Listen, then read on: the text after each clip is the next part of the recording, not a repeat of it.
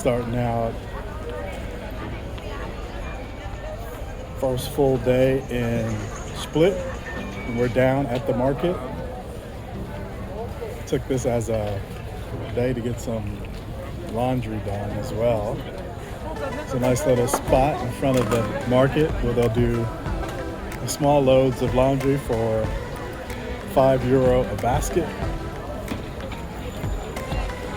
But this market is awesome. Got dates and nuts, and strawberries, cherries.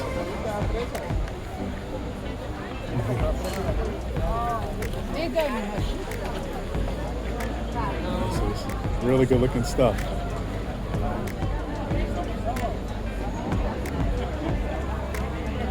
Oh, they got your honey over there.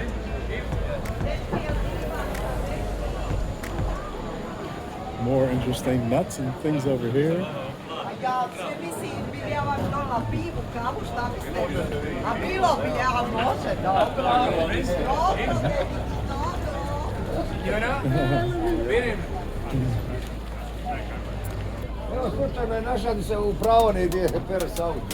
All right.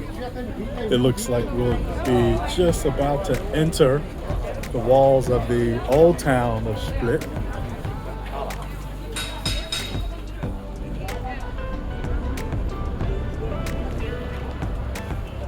Very Romanesque in its architecture. So I'm guessing that's who built it. The Diocletian Palace, located in the coastal city of Split, Croatia, is an ancient fortress-like structure built during the Roman era. It was commissioned by the Roman Emperor Diocletian in the late 3rd century AD and holds a historical significance as it is not only used as a residence for the emperor during his retirement, but also served as a military fortress and a representation of Roman power in the region. Construction of the Diocletian Palace began around the year 293 AD and was completed approximately 10 years later in 305 AD. The palace was constructed using high-quality limestone and white marble imported from the nearby island of Brosh, as well as other materials sourced from various parts of the Roman Empire. The use of these durable and aesthetically pleasing materials highlighted the grandeur and importance of the structure. The labor force involved in building the palace was vast and diverse. Thousands of skilled craftsmen, laborers, and slaves worked on the construction, and the project was likely supervised by Diocletian's trusted architects and engineers. The labor force was not only local, but also included skilled workers from different parts of the Roman Empire, contributing to the palace's architectural diversity. Скажи, что дорого? Алло? Алло?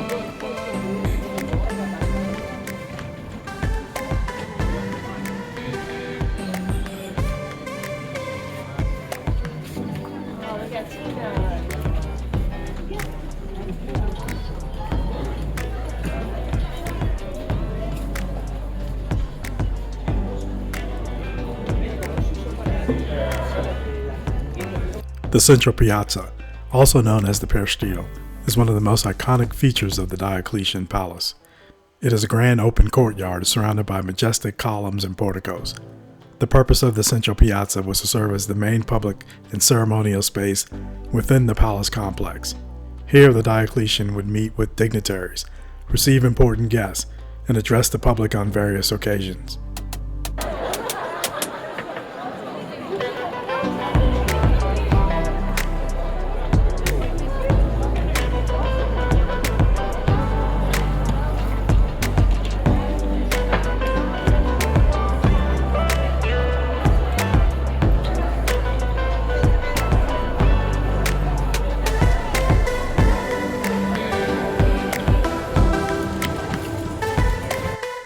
The vestibule, located at the entrance to the imperial apartments, is an impressive hall adorned with sphinxes. These sphinxes are believed to have been brought from Egypt during Diocletian's military campaigns, symbolizing the reach of the Roman Empire and its connection to the ancient civilization of Egypt.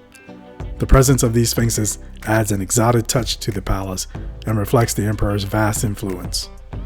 After the fall of the Roman Empire, The Diocletian Palace went through periods of neglect and was even used for various other purposes, such as housing, workshops, and storage spaces. In the medieval era, the palace's walls and structures were adapted for defense, and additional buildings were constructed within the palace walls. In the 20th century, efforts were made to restore and preserve the Diocletian Palace as a historical monument. The restoration and cleanup efforts were extensive, as centuries of modifications and neglect had taken a toll on the original Roman architecture. Archaeological excavations were carried out to uncover the palace's Roman foundations and structures. Skilled restoration experts meticulously repaired and preserved the original stonework.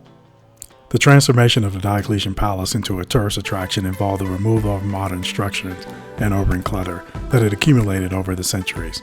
The restoration focused on maintaining the palace's Roman heritage while also accommodating the needs of tourists and businesses that now occupy the inner structures. Today, the Diocletian Palace stands as a UNESCO World Heritage Site and a living testament to the grandeur of the Roman Empire, attracting millions of tourists annually to experience its history and architectural marvels.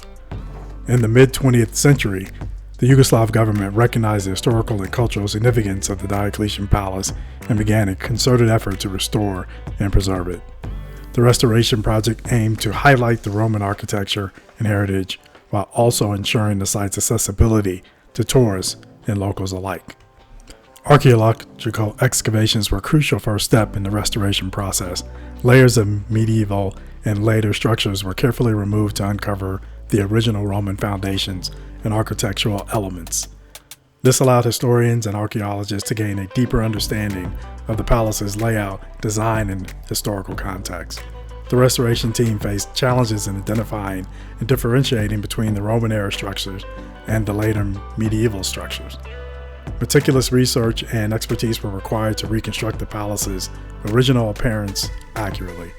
The team utilized historical documents, engravings, and comparisons with other Roman structures to guide the restoration process.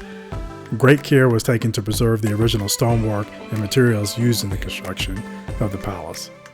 Skilled craftsmen worked diligently to repair and reinforce the ancient walls, columns, and porticos. Damaged or weathered stones were replaced with matching materials to ensure the structural integrity of the building.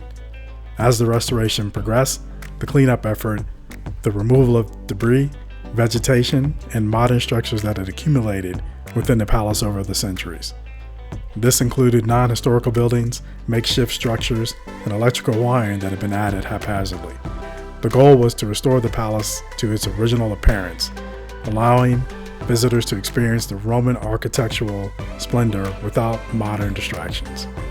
To make the site more accessible to tourists, pathways and walkways were designed to guide visitors through the complex, allowing them to explore the various chambers, corridors, and squares.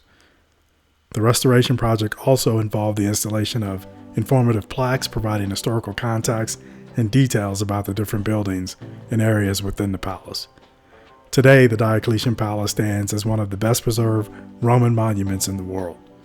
Its remarkable state of preservation allows visitors to step back in time and experience the grandeur of Roman architecture and engineering.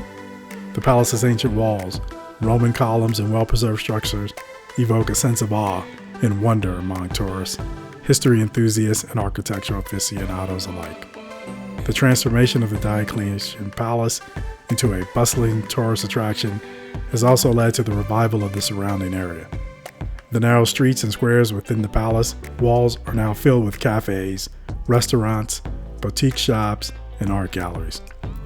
The juxtaposition of the ancient Roman ruins with modern-day establishment creates a unique and vibrant atmosphere.